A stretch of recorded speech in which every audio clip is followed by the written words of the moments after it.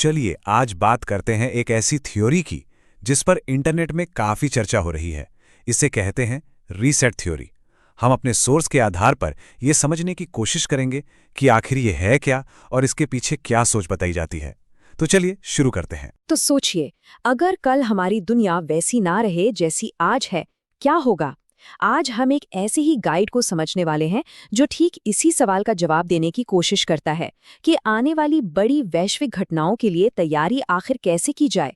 इस गाइड की शुरुआत होती है एक बहुत ही दमदार बात से। ये सिर्फ एक डराने वाली लाइन नहीं है, नहीं, ये एक तरह का फलसफा है, एक सोच है जो हमें इस सवाल पर ला खड़ा करती है कि भाई तैयारी का असली मतलब होता क्या है। तो सवाल उठता है कि आखिर ये तैयारी है किस लिए। पहला सेक्शन हमें यही बताता है कि बात किसी एक मुश्किल की नहीं है, बल्कि कई संकट एक साथ आ रहे हैं, और सोर्स इसे कहता है एक परफेक्ट स्टॉर्म। और इस गाइड के मुताबिक ये जो संकेत है ना, ये कोई अलग अलग चीजें नहीं है, ये सब एक दूसरे से जुड़े हुए हैं। गाइड का मानना है कि ये सब हमें एक बहुत बड़े रीसेट और रिप्लेसमेंट की तरफ ले जा रहा है। मतलब ये कोई एक घटना नहीं होगी, बल्कि कई सारी चीजें एक साथ होंगी। ठीक है, तो जब ये सारे संकट एक साथ आएंगे तो होगा क्या? इसका असर कैसा होगा? अगला सेक्शन इसी की एक तस्वीर हमारे सामने रखता है। इसे एक डोमिनो इफेक्ट की तरह समझिए, जहां हमारे सारे सिस्टम एक के बाद एक ताश के पत्तों की तरह ढह सकते हैं। तो यहां हम देख सकते हैं कि ये गिरावट एक चेन रिएक्शन की तरह कैसे काम करती है। एक चीज फेल होती है और वो अपने साथ दूसरी को भी ले डूबती है, और आखिर में बस अफरा तफरी मच जाती है। जरा सोचिए, बिजली गई तो इंटरनेट और फोन सब बंद, ट्रांसपोर्ट रुका तो दुकानों में सामान आना बंद, सब कुछ एक दूसरे पर कितना निर्भर है। और मजे की बात यह है कि ये कोई नई कहानी नहीं है। इस गाइड का तर्क है कि इतिहास गवाह है कि जब भी आर्थिक और सामाजिक व्यवस्थाएं बिखरती हैं तो समाज कैसे बर्ताव करता है, इसका अंदाजा लगाया जा सकता है। ये एक पैटर्न है जो बार बार खुद को दोहराता है। तो ऐसी दुनिया में दौलत का मतलब क्या रह जाएगा? गाइड के मुताबिक कागज के नोट तो बेकार हो जाएंगे। असली दौलत वो होगी जिसे हम छू सकते हैं, महसूस कर सकते हैं। सोना, जमीन, खाना, और इन सब से बढ़कर लोगों का साथ, मतलब एक मजबूत कम्युनिटी। लेकिन रुकिए, ये तैयारी सिर्फ राशन और सामान जमा करने के बारे में नहीं है। बिल्कुल नहीं। सोर्स के हिसाब से सबसे जरूरी तैयारी तो अंदर की होती है। तो अब हम बाहरी खतरों से हटकर अपनी दिमागी और रूहानी मजबूती पर ध्यान देंगे। तो यहाँ तैयारी के 3 पिलर्स यानी 3 स्तंभ बताए गए हैं, मेंटल, इमोशनल और स्पिरिचुअल। देखिए, गाइड का मानना है कि खाने पानी के बिना तो शायद कुछ दिन निकल भी जाएं, लेकिन अगर दिमागी सुकून और विश्वास ही नहीं रहा तो इंसान तो पहले ही पल में हार मान लेगा। और ये बात फिर से कम्युनिटी की ताकत पर जोर देती है। सोर्स का जो कोर बिलीफ है, जो मूल विश्वास है, वो यही है कि जो लोग साथ मिलकर रहेंगे, ग्रुप्स बनाएंगे, वही सर्वाइव कर पाएंगे। अकेले चलना या कोई ऑप्शन ही नहीं है।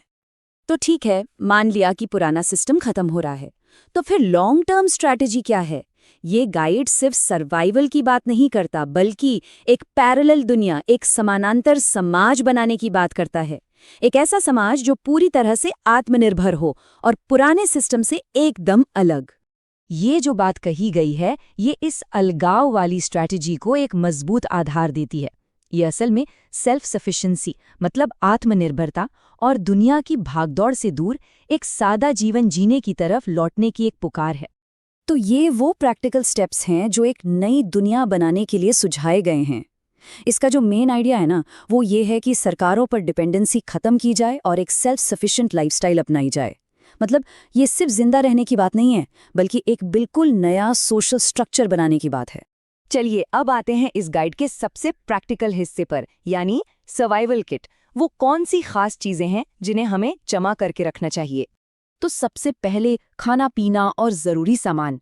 एक बात पर गौर कीजिए, इस लिस्ट में ज्यादातर वो चीजें हैं जो बहुत लंबे समय तक खराब नहीं होती। और ये सिर्फ पेट भरने के लिए नहीं है, ये आने वाले वक्त की करेंसी भी बन सकती हैं, जिनसे लेन देन किया जा सकेगा। इसके बाद आता है पानी और एनर्जी का इंतजाम। ये लिस्ट असल में हमें पब्लिक सिस्टम से आज़ादी दिलाने में मदद करती है।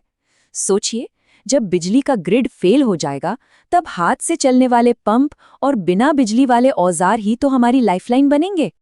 और आखिर में ये समझना जरूरी है कि बात सिर्फ सामान इकट्ठा करने की नहीं है, बल्कि लेन देन और कम्युनिटी की है।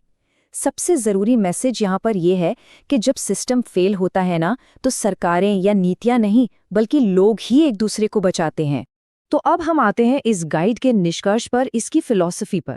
यह सिर्फ सर्वाइवल की बात नहीं है, बल्कि इससे कई आगे एक बड़े मकसद की तरफ इशारा करता है।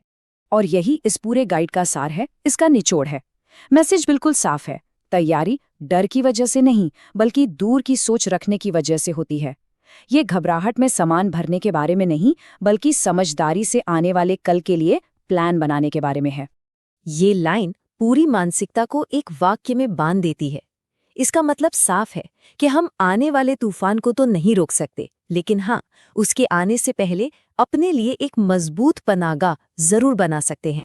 और इस फर्क को समझना बहुत जरूरी है। तैयारी करना घबराना नहीं है, ये समझदारी है। पैनिक में इंसान गलत फैसले लेता है, जबकि समझदारी हमें जिम्मेदारी से काम करने के लिए गाइड करती है। तो आखिर में ये गाइड हमें एक बहुत बड़े सवाल के साथ छोड़ जाता है कि आज की इस मॉडर्न दुनिया में सही मायनों में सेल्फ सफिशिएंसी यानी सच्ची आत्मनिर्भरता का मतलब क्या है। इस पर सोचिएगा जरूर।